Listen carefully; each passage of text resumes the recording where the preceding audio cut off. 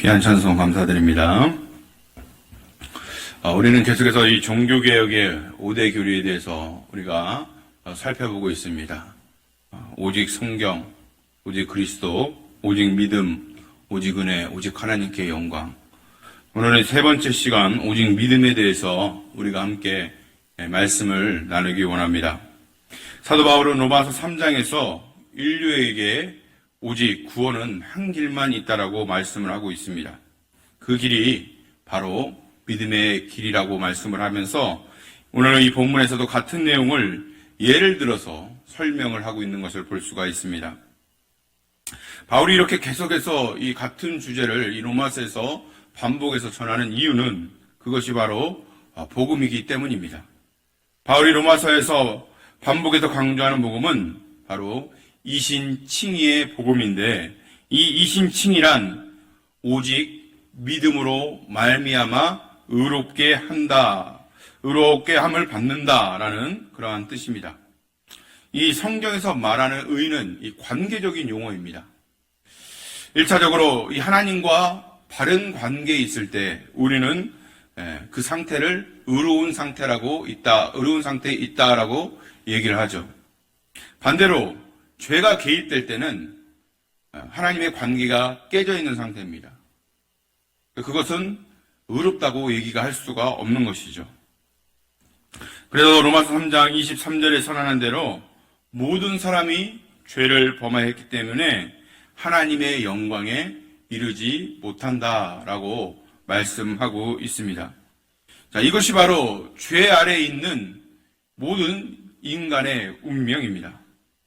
자, 그러면 우리가 어떻게 해야 이 파괴된 하나님과의 관계를 회복할 수 있을까요?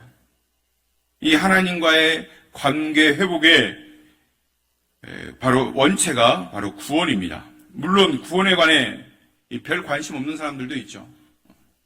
어떤 사람들은 하나님을 믿느니 차라리 나를 믿겠다라고 얘기하는 사람들도 있고, 내 죄가 어디 있느냐, 천국이 어디 있느냐, 있으면 보여줘 봐라 라고 이렇게 얘기하는 사람들도 많이 있습니다.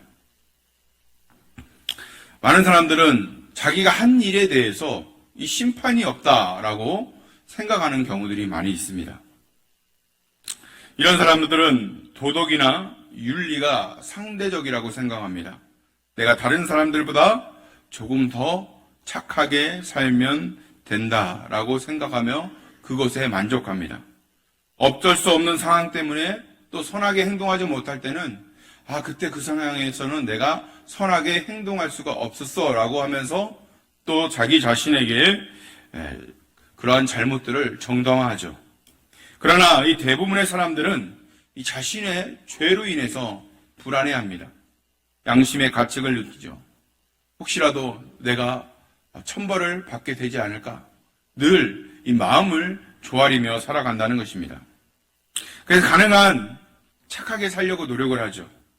대부분의 종교들도 이 사람들에게 착하게 살아라, 착하게 사는 사람들은 좋은 곳에 간다라고 이렇게 가르칩니다. 유대인들도 예외가 아니었습니다. 그들 역시 이 공덕사상, 이 공로주의에 빠져 있었습니다. 하나님께서 모세를 통해서 자기들에게 주신 율법을 잘 지키면 하나님으로부터 의롭다함을 받는다라고 그들은 생각을 했던 것이죠. 그래서 율법을 지키려고 애썼습니다. 율법을 더 잘 지키기 위한 명목으로 이 율법의 세모까지 자신들이 스스로 이렇게 만들어서 율법 없는 이방인들에게 자신들의 율법이 얼마나 탁월하고 또 얼마나 특별한가를 자랑했습니다. 그러나 그들은 율법대로 살 수가 없었습니다. 그럴수록 그들은 더욱더 율법에 매달리게 되었던 것이죠. 자기들이 율법을 얼마나 잘 지키고 있는지 과시했습니다. 그러나 그것은 외식이었고 그들은 율법을 지키기에 무능한 자들이었던 것입니다. 더 나쁜 것은 율법을 지키기에 무능한 것을 알면서도 유대인들은 그것을 또 인정하지 않았다는 데 있어요. 그들의 자존심이 그것을 허락할 수가 없었던 것입니다. 자기들이 율법 없는 이방인처럼 취급되는 것을 참을 수가 없었기 때문입니다. 그래서 생각해낸 것이 무엇이냐? 바로 이 선민사상입니다. 자기들이 하나님의 백성으로 선택되었다는 것이죠. 그것이 율법이며 또 그것에 대한 확실한 표가 할례라고 그들은 얘기를 합니다. 하나님께서 유대인들 외에 다른 어떤 백성들에게 이 구원의 표를 준 적이 없다는 것이죠.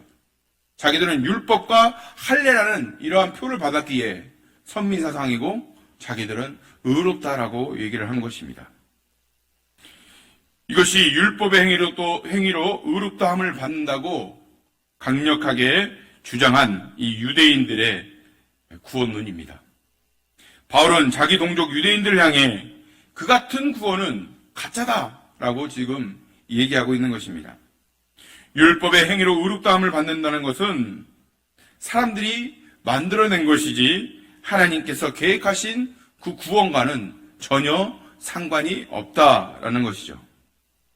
성경에 그런 구원을 언급한 적이 결코 없다라고 오늘 사도 바울은 단언하고 있는 것입니다. 오늘 본문 3절을 보십시오. 성경이 무엇을 말하느냐? 바울은 이 구원의 복음을 증거하기 위해서 이 하나님의 말씀인 이 성경에 지금 호소하고 있습니다. 성경만이 구원의 바른 길을 제시하고 있다는 것입니다. 성경이 말하는 구원은 이미 말씀드린 대로 오직 믿음으로 말미암아 의롭다함을 받는다는 것입니다. 그런데 무엇을 믿을 때 하나님으로부터 의롭다함을 받습니까? 그 말씀이 이제 우리 5절에 기록되어 있습니다. 우리 5절을 한번 같이 읽겠습니다. 시작. 이를 아니할지라도 경건하지 아니한 자를 의롭다 하시는 이를 믿는 자에게는 그의 믿음을 의로 여기시나니. 자, 논리적으로 생각할 때 이 구원의 길은 두 가지입니다. 사람이 고안한 구원의 길과 하나님이 정하신 구원의 길입니다. 이 사람이 고안한 구원의 길은 어느 정도 선을 행함으로써 떳떳하게 구원받고자 하는 것입니다. 그러나 하나님께서 정하신 구원의 길은 구원이 오직 하나님의 선물로 주시는 것이라는 데서 출발합니다. 그래서 그 구원의 선물을 감사하게 여기고 기쁘게 받아들이기만 하면 그 구원을 받는다는 것입니다. 하나님께서 하사하신 그 구원의 선물을 감사하게 받는 것이 바로 믿음이라는 것입니다. 그래서 구원의 유일한 조건은 바로 믿음입니다. 이것이 바로 이신칭의의 복음입니다. 그런데 이 이신칭의의 복음을 사람들이 잘 받아들이지 않습니다. 예를 들면 만약에 내가 중환병이 걸린 것 같아서 병원에 갔는데 의사 선생님이 하는 말이 그냥 가만히 계세요. 가만히 있으면 병이 나을 것입니다. 자, 이렇게 처방을 받고 돌아온다면 우리는 별의별 생각을 다 할 것입니다. 혹시 내 병을 고칠 수 없는 병인가? 가만히 있으면 어떻게 이 병이 고쳐지지? 라고 우리는 생각을 할 것입니다.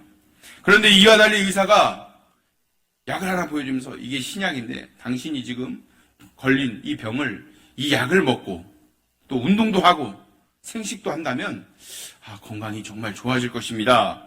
이렇게 말을 하면 우리는 전자와 후자 중에 어떤 것을 선택하겠습니까? 당연히 후자를 선택할 경우가 많습니다. 왜냐하면 그것이 우리의 상식과 기대에 부합하기 때문입니다. 여러분, 상식적으로 생각하면 이 이신칭의의 복음을 우리가 받아들일 수가 없습니다. 이 공짜로 받는다는 것이 별로 이렇게 값어치가 없어 보여요. 여러분, 우리가 보통 사람들한테 무엇을 줄 때 특별히 우리가 은혜를 받지 않고는 그 사람에게 귀하고 좋고 값진 것을 주지 않아요.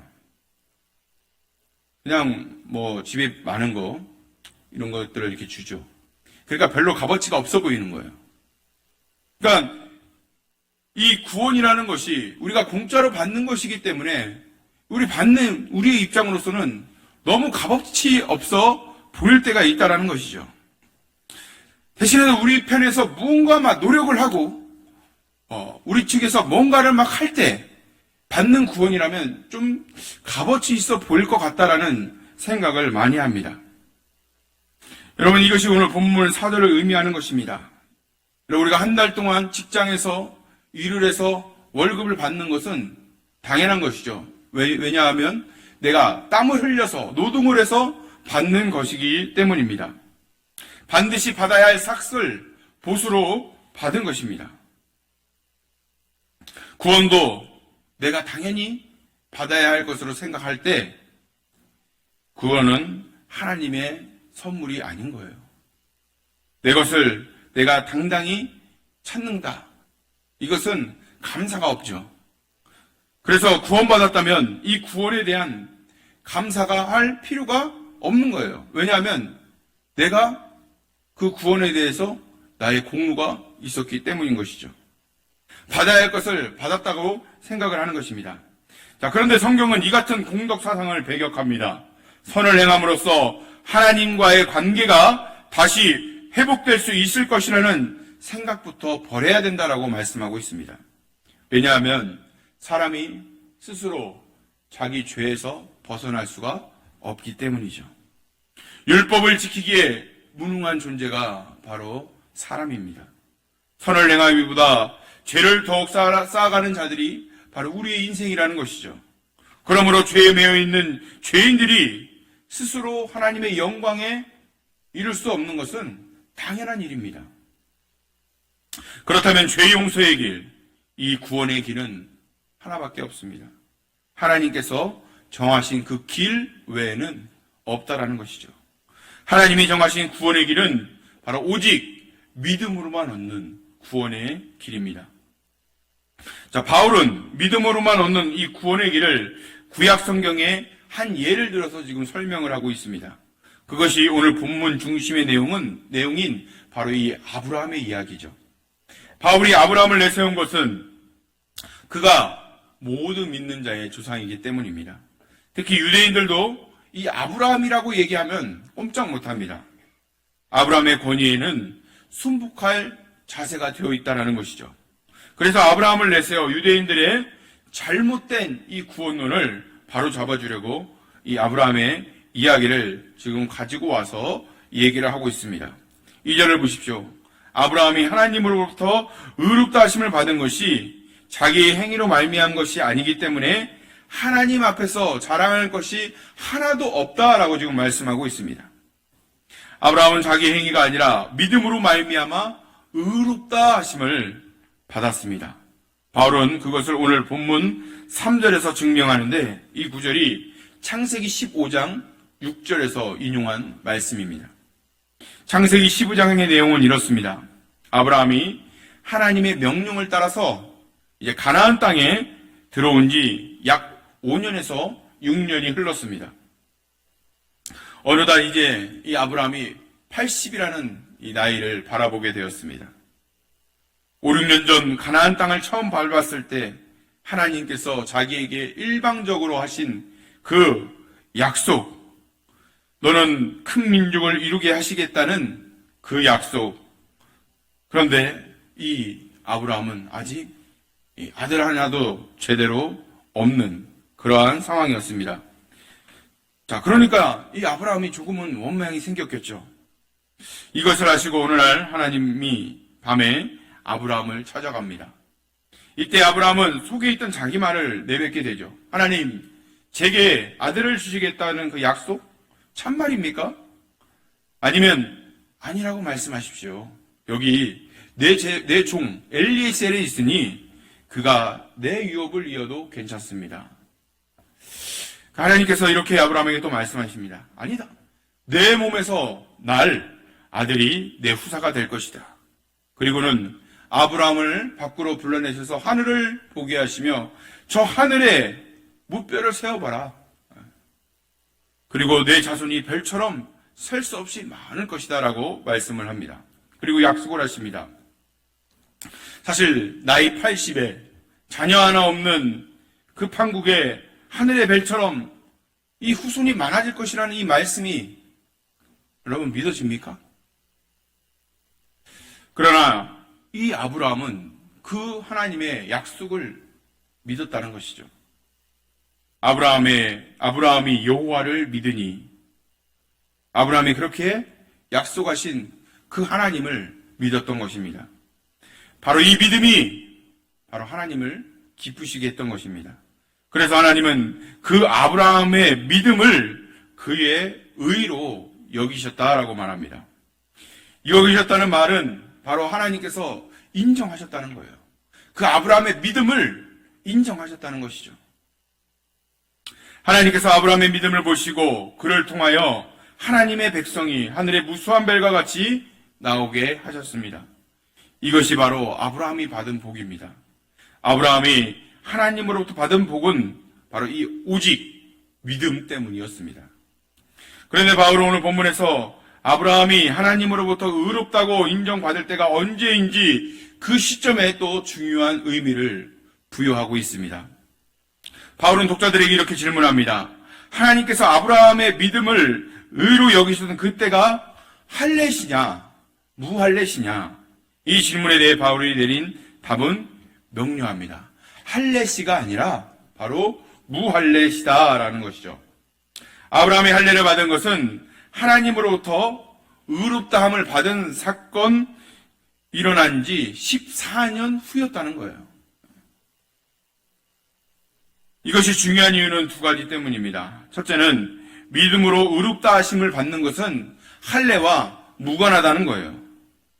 왜 할례가 중요하냐? 아까 유대인들이 말했던 이 할례가 뭐예요? 구원의 표라고 생각을 했던 것이죠. 그런데 이 아브라함이 하나님부터 믿음으로 의롭다함을 받은 그때가 언제냐? 할례를 받기 이전이에요.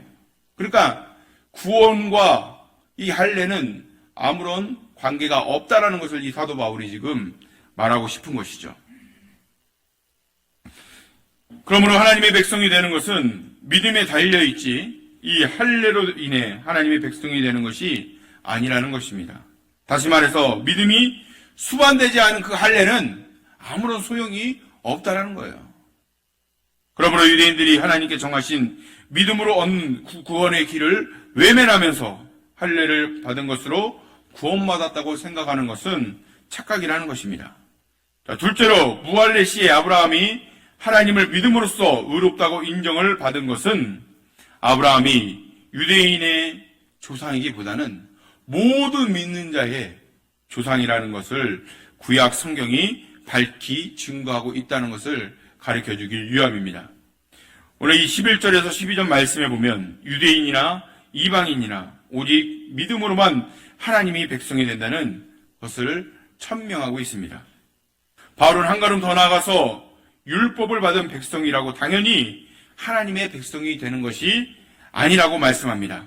대신에 하나님의 약속을 믿을 때 하나님의 백성이 된다라고 말씀합니다. 사실 이스라엘이 자랑하는 이 율법도 사실 아브라함이 받은 게 아니죠. 아브라함이 믿음으로 의롭다 하심을 받은 후 430년이 지나서야 모세 때에 이 율법을 하나님께서 선물로 주신 것이죠. 그러므로 엄밀히 말하면 아브라함은 율법에 속한 사람이 아닙니다. 오히려 하나님의 약속을 쫓은 사람입니다. 이것은 율법에 속해야만 하나님의 백성이 된다는, 율법에 속해야만 구원을 받을 수 있다라는 이 유대인의 생각을 정면으로 지금 반박하고 있는 것입니다.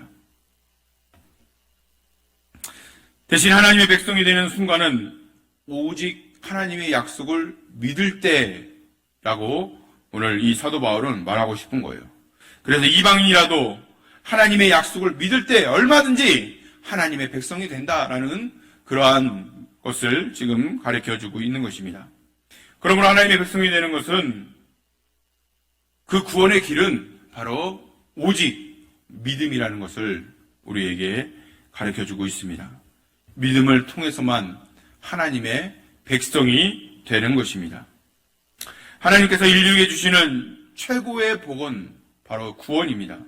이 구원은 개인의 구원을 넘어서 하나님의 백성의 공동체적인 구원까지 다 포괄하는 것입니다.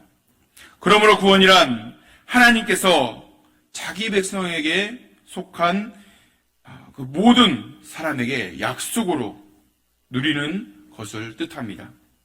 다시 말해서 하나님의 나라를 받는 것을 뜻합니다. 그런데 이 하나님의 나라는 우리의 행위로는 불가능하다는 것을 오늘 성경은 분명하게 우리에게 말씀하고 있는 것입니다. 우리가 무엇을 해야 최고의 복인 하나님의 이 나라를 받을 수 있을까요? 여러분, 돈으로 살 수 있다면 도대체 얼마를 지불할 수 있을까요? 또 우리가 선행을 해야 한다면 얼마나 많은 선행을 해야 그 천국을 소유할 수가 있을까요? 성경은 그에 대해서 불가능하다라고 말씀하고 있습니다. 대신에 오직 이 믿음으로만 천국을 얻을 수 있다라고 말씀하고 있습니다. 여기에 이 루터가 이 말씀에 완전히 흠뻑 적게 되는 것이죠. 이 루터가 온갖 고행을 합니다. 어떻게 하면 구원을 받을 수 있을지 무릎으로 성전에 기어 올라가기도 하고 금식하기도 하고 자기 몸을 막 학대를 하기도 합니다. 그렇게 해야만 구원을 받을 수 있다라고 생각을 했던 것이죠. 그런데 성경 말씀에 오직 믿음으로만 구원을 받는다는 이 사실을 이 루터가 깨닫고 종교 개혁을 일으키게 된 것이죠. 여러분, 할례를 받았다고 또 세례를 받았다고 율법을 가진 백성이라고 교회에 출석을 한다고 천국 백성이 되는 것이 아닙니다. 믿음이 없으면 할례도 율법도 다 소용이 없습니다. 세례도 교회 출석도 소용이 없어요.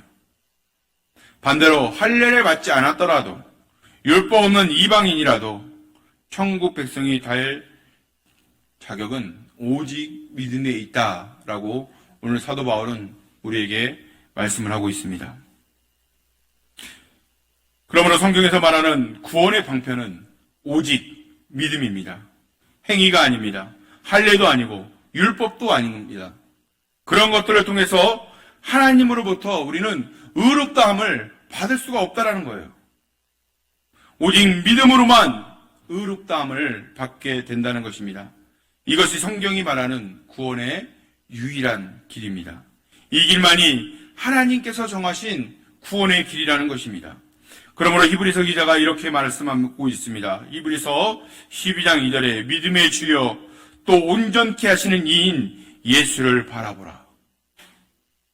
예수를 바라보는 자, 그 믿음을 가진 자만이 바로 구원에 이르게 된다는 것입니다. 여러분, 이것이 바로 하나님을 기쁘시게 하는 믿음입니다. 그 믿음만이 살아있는 믿음이라는 것이죠. 그 믿음을 하나님께서 끝까지 지키시며 견고하게 하신다는 것입니다. 이 믿음을 가진 자만이 세상을 이길 수 있는 힘을 하나님께서 선물로 주시는 거예요. 이 믿음을 가진 자만이 그 온갖 사단의 마귀의 유혹으로부터 이길 수 있는 힘을 하나님으로부터 공급받는다는 것입니다. 이 믿음을 가진 자만이 세상을 이기는 것이죠. 그들에게만 하나님의 나라를 주시는 것입니다. 그러므로 예수님을 구주와 주님으로 믿는 자는 행복한 것입니다. 바라기는 저와 여러분이 오직 주 예수님을 믿는 믿음으로 삶으로 말미암아 하나님을 기쁘시게 하며 오직 이 믿음만을 굳게 붙들고 날마다 전진하는 우리 모두가 될 수 있기를 주님의 이름으로 축원합니다. 기도하겠습니다.